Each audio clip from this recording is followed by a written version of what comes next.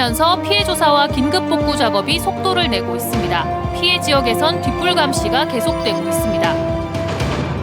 대선으로 인해 선거운동을 미뤄왔던 지방선거 입지자들이 잇따라 예비후보에 등록하고 있습니다. 대선 이전보다 3배가량 늘었습니다. 도내 코로나19 하루 확진자가 10,000명 가까이 되고 있습니다. 이번 달 도내 사망자만 100명이 넘는 것으로 나타났습니다. 동해 지역 시내버스 안내 시스템이 제대로 작동되지 않고 있습니다. 승객들이 불편을 겪고 있지만 개선은 늦어지고 있습니다. 안녕하십니까. 뉴스데스크 강원입니다. 울진 삼척 지역에 비가 내리면서 사실상 모든 불이 꺼져 산림 소방당국이 뒷불 감시 체제에 들어갔습니다. 산림과 소방당국은 지역별로 공무원과 진화대원, 산불 감시원 등을 배치해 불이 다시 발화하는지를 감시하고 있고 만일의 상황에 대비해 진화 체제도 일부 유지하고 있습니다.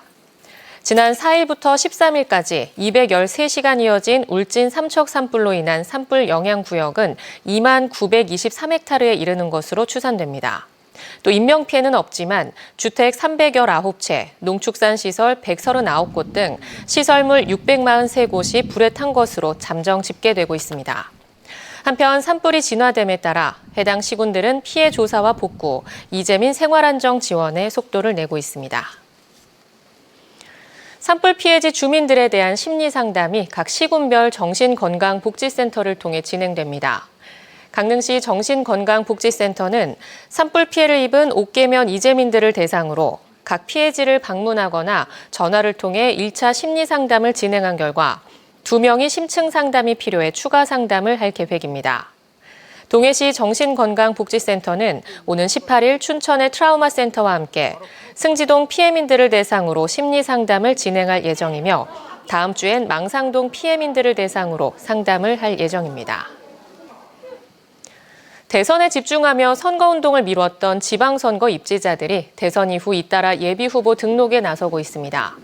중앙선거관리위원회에 따르면 현재 강원도 교육감을 제외한 도내 지방선거 예비후보로 등록한 인사는 54명으로 대선 전 17명에 비해 급증했습니다.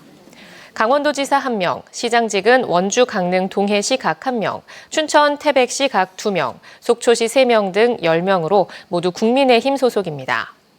더불어민주당이 예비후보자 검증을 위한 공모 심사를 마치고 오는 20일 군수 군의원 예비후보 등록이 시작되면 예비후보는 급격히 늘어날 전망입니다. 사흘째 강원도에서 하루 9,000명대 코로나19 확진자가 나온 가운데 오늘은 지금까지 7,650명의 신규 확진자가 발생해 누적 확진자 수가 16만 명을 돌파했습니다.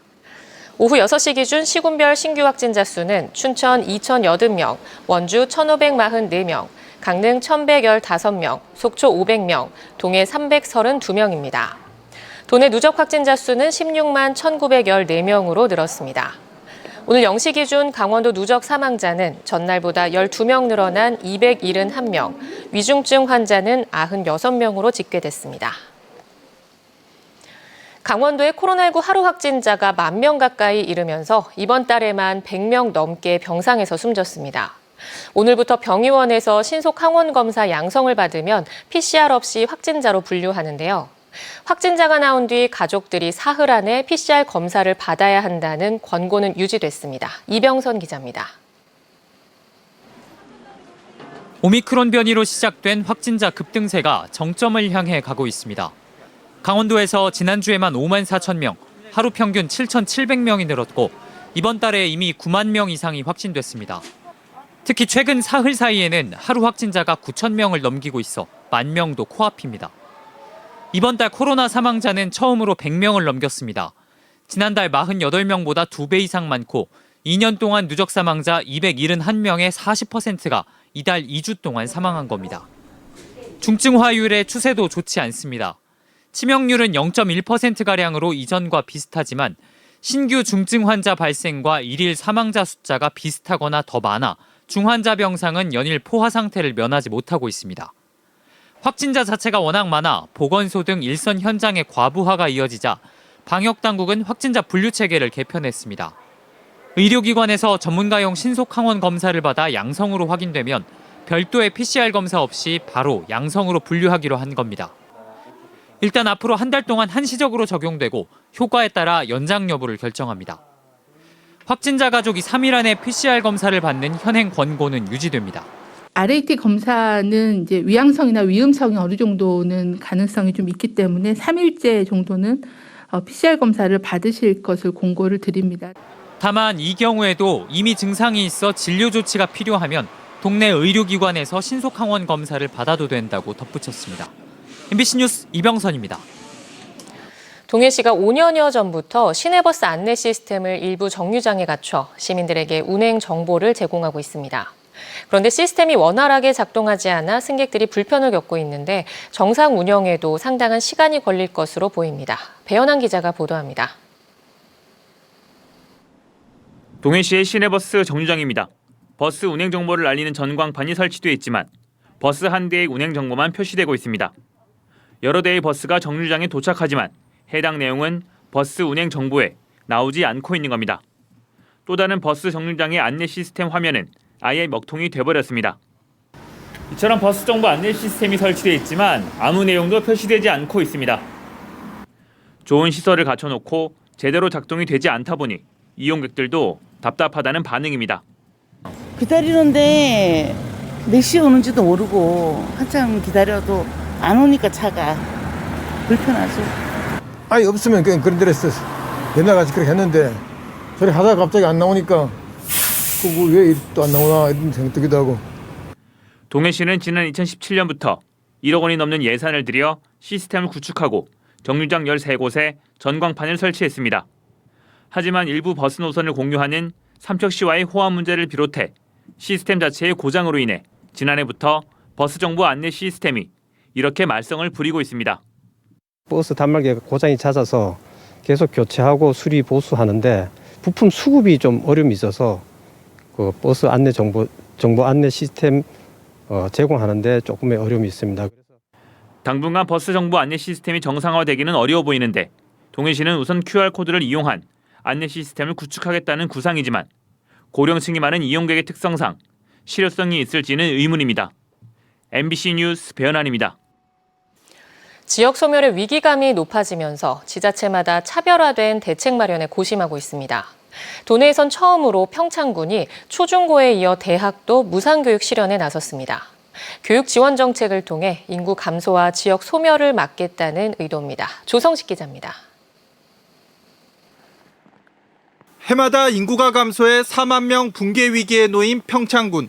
노인 인구가 30% 이상을 차지하며 이미 초고령화 사회에 진입한 데다 14세 이하 어린이들은 전체 인구의 7.3%에 불과하다는 건 더 암울한 현실입니다. 이 같은 인구 절벽 위기를 극복하기 위해 평창군이 무상교육 확대 카드를 꺼내들었습니다. 초, 중, 고에 이어 대학생까지 무상교육을 실현하겠다는 겁니다.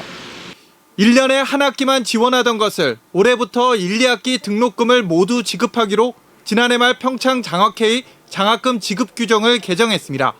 학년과 선발 인원, 보호자 소득, 가구당 학생 수 등을 제한하지 않고 대학 전학기 실납입액을 지급하는 방식입니다. 학부모들은 학비 부담이 사라지고 학생들은 학자금 대출 부담 없이 공부를 할 수 있어 크게 반기는 모습입니다. 아이들이 학자금 대출을 받았을 경우에는 그거를 자기가 갚아야 되는 부담을 안고 시작해야 되잖아요. 사회생활을 하더라도. 그런 데에서는 마음 가볍게 공부에 임할 수 있지 않을까 싶네요. 다만 성적 기준은 남아 있습니다. 신입생의 경우 내신이나 수능 성적 중 하나만 기준을 넘으면 되고 재학생은 직전 학기 학점이 2.0은 넘어야 합니다. 또 보호자는 3년 이상, 본인은 6개월 이상 평창에 주민등록을 두고 있어야 합니다.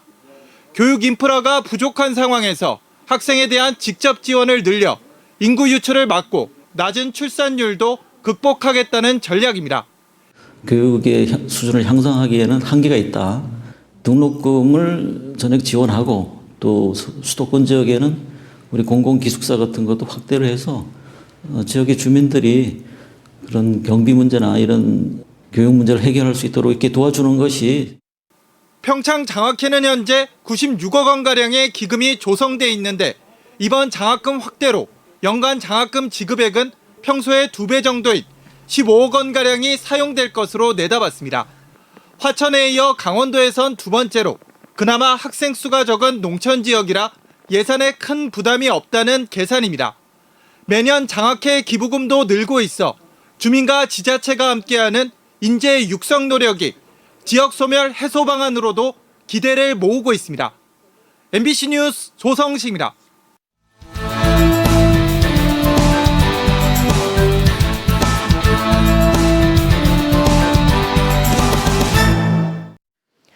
삼척시가 정부의 지방소멸 대응기금 지자체 배분액을 최대로 확보하기 위해 본격적인 대응에 나섭니다.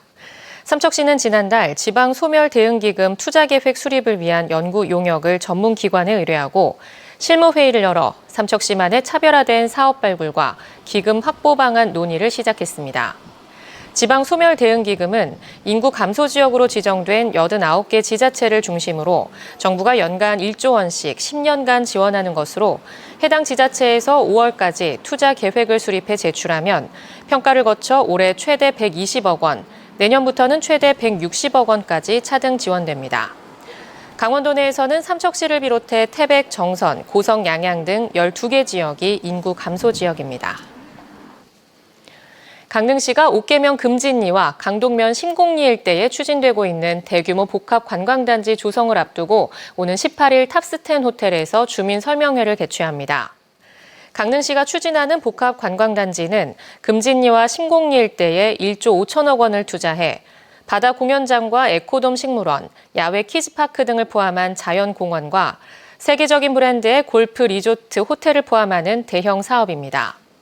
사업 시행자인 강릉 L&D 주식회사는 태영건설을 대표 출자자로 한 출자금 500억 원 규모의 특수 목적 법인입니다. 강원 뉴스 마칩니다. 시청해주신 여러분 고맙습니다.